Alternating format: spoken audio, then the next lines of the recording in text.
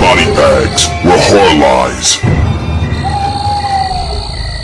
Hey, what's going on, everybody? Welcome to Asian Week on BodyBags. It's week 157, and I'm your Sunday host, Bourgie86, here again. Now, the film I got for you guys for Asian Week is a film from 2004. It's a film that had my interest in Speak for a while now, since I heard about it, and the stories about it got my interest. And the film entitled is Marebito. Yes. This film is directed by Takashi Shimizu, who we would all know through his films, if you're a fan of Asian cinema, Ju-on, and also he directed the American interpretation of that film, The Grudge. He also directed the sequel to Ju-on, Ju-on 2, and he also directed the sequel to The Grudge. Another thing is this film stars Shinya Tsukamoto, who's actually one of my favorite directors, actually. He's known for mostly his directing. He directed Tessio, the Iron Man, A Snake of June, Nightmare Detective, which I actually reviewed on BodyBags before. And he also stars in a majority of those films in certain roles.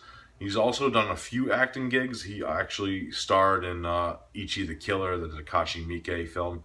And he's also in the new Godzilla film that's actually coming out soon, Shin Jojiro, or Godzilla Resurgence. She actually has a role in that too. So that even got me more excited when I can't wait to see that, because I'm a huge Godzilla fan. But that's another story. But yeah, we follow Shinya Tsukamoto's character. His name is Masuku. He's like a cameraman who does like freelance work here and there wherever he can. And he has like this obsession of trying to find out the meaning of fear. And he does this with like videotapes. He videotapes certain images and stuff during the day, even if it's not like on the job. But the one thing that he gets obsessed about the most did happen while he was working. And it was like the suicide of this guy who killed himself in a train station. So he tries to investigate it more, of like, because he wanted to see why this guy killed himself, because he saw like the fear in his eyes, pretty much. That's the way he describes it in the film. So he ends up going to the train station and finding like this underground lair that leads to like this suburban, subterranean, like underground complex area of this underground, and ends up finding out like who created this. And he actually finds like a person chained to a cave there. And this person is a woman, and he ends up taking her back up to a ground and to his apartment, and he studies her and oversees her and tries to find out the mystery of why this person was down there. But unbeknownst, things start to turn to the worse, and you find out there might be a darker secret to this woman, not just towards him, but around him in the scenarios of the world that is going on, and a lot of strange things start happening to him and around him. That is pretty much the main plot of the film without going too far into it.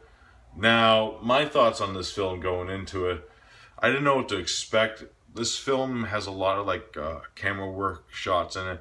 It kind of goes in and out of like the camera to its to the real world. So it's a balance of what he's really seeing and the reality that's really happening. Shinya Tsukamoto, if you didn't know, is actually a real-life cinematographer. He actually shoots a lot of his own films. And this is a perfect role for him, because he could do like the camera work also while he acts in the film. And he does a tremendous job acting. His acting performance is mostly through voiceover. And that is very hard for an actor to actually keep your interest and the story going with just him. He only has like a few real lines that he actually speaks throughout the film, but his facial expressions and his emotions throughout and the way his character develops work well. And I actually was interested in what was going on, because a lot of like this film is with him as a voiceover role pretty much, which actually goes with the film as the film progresses. Now the other characters, they're very, some minor. The only like other main character that he really interacts really with is the girl in the room, and she's a mute. So there's a few like scenes of him trying to teach her to talk and stuff, which was really heartfelt and really well. And I gotta say that this film is fucked up in some scenes. There's some fucking blood and gore and shit. I was like, I wasn't even expecting it with this film. I was like, whoa, shit. And even when the film progressed, there was even more of it. I was like, yes. And this film had like some creepy moments. Like I said, it has like this weird like editing style where you get to see like VHS tracking shots throughout the film in a way, even like in the fade in and out VHS tracking shots, which was, I thought it was cool. And there was like some scenes where it showed like scenes and kind of like a foreshadowing scene in the beginning of things to come. And I really like that. Now the ending of this film, it's one that you have to decipher what its meaning is. I kind of get the gist of it. I might have to rewatch this a few times to get the real gist, but I kind of do know what was going on and what's going on with the story. This is a film that you might have to rewatch maybe a few times to get what the gist of what his character is going through and the outcome of the film. But I highly enjoyed this, man. The acting job by Shinya Tsukamoto really brought it out of the park, and its story and the interest and its creepiness too. There's some creepy ass moments in this film too, with like its eerie like soundtrack, and the soundtrack is fucking awesome in this film. I have to add, it's very low key. It doesn't really overdo itself. It comes in when it needs to be, and it's really, really tense. And I really did enjoy this film. Now, Tsuki Sumizawa's other films, they're ones that grew on me over the years. Like I wasn't really the biggest fan of Ju-on when it first came out, but I actually do enjoy that film. So shout out to my boy Brandon, because he knows we got into an argument about that film before. But I really enjoy this. I think it's his best film. I have to say, I really like the way the style is and its actor. And it is a low-key film because it usually does take place mostly in this guy's apartment with a few exterior scenes here and there. And I like the eeriness of it and the creepiness.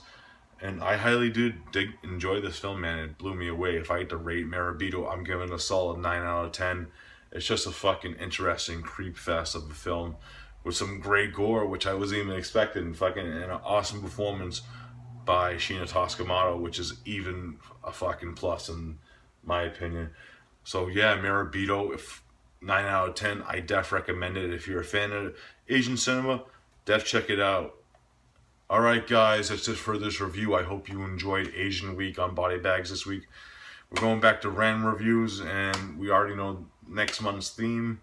So stay tuned, and as always, I'll see you next week, guys. Peace out.